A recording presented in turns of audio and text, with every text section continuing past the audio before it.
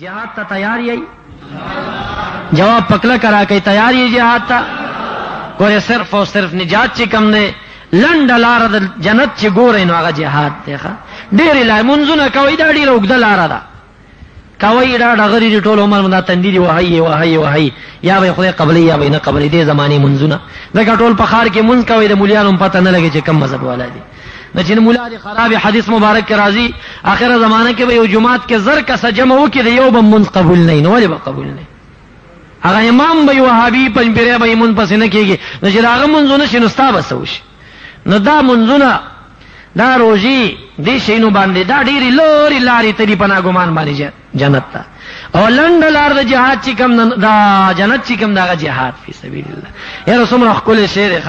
حدیث مبارک کې راځي چې د کم انسان د اخپی د جهاد په گردونو آلوده شوي په دغه تنه باندې د جهنم اور حرام دی او حدیث مبارک کې راځي د کم انسان د سترګي چې د جهاد په پیره کې غړېدلې پاتې شوي په دغه تنه باندې د جهنم اور حرام دی آسان خبرې دي حدیث مبارک کې راځي د قیامت پر ورځ باندې وا عوام نفسي نفسي چغوي مولیان نفسي نفسي چغوي پیران د نفسي نفسي چغوي په ابتدا کې انبیا د نفسي نفسي چغوي عوام د نفسي نفسي چغوي خواص د نفسي نفسي چغوي محمد رسول الله رسول چغوي امتی چغوي لیکن شان د چا وګورئ په دغه ان کې به هم حدیث مبارک کے راضی حشرگاہ کے جو نفسی نفسی چغا بھئی سوک بزنگون پورے سوک د سینے پورے سوک د ستونی پورے پخولو کی ڈوب ہوئی 300 کال جڑا دا فغان دے پدغه آن کې د حشر میدان کې ولخکر برخکار شي پغاړو کې به توري چولی نيزي به چولی خپل کلمې او خپل ویني به په لپو کې نیولی لون الدم وريح عريه المسك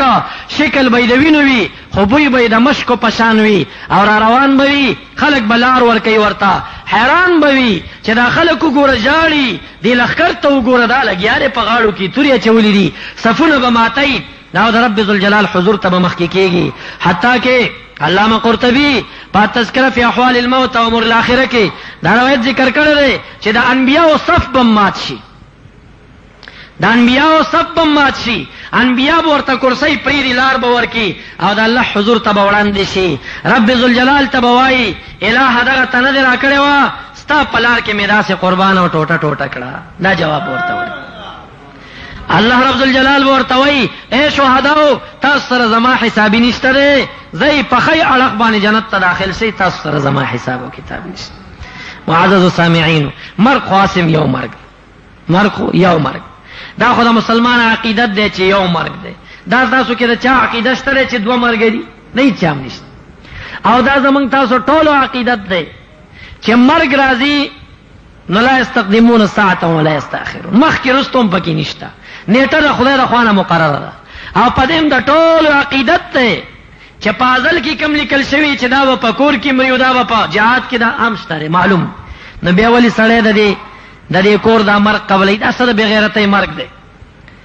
چې دا زیړ خپېره د کور راوباسي او په دې کا مسل بیکاره کمزوري کپن کې دین غختلې او په قبر دی ورو منډي دا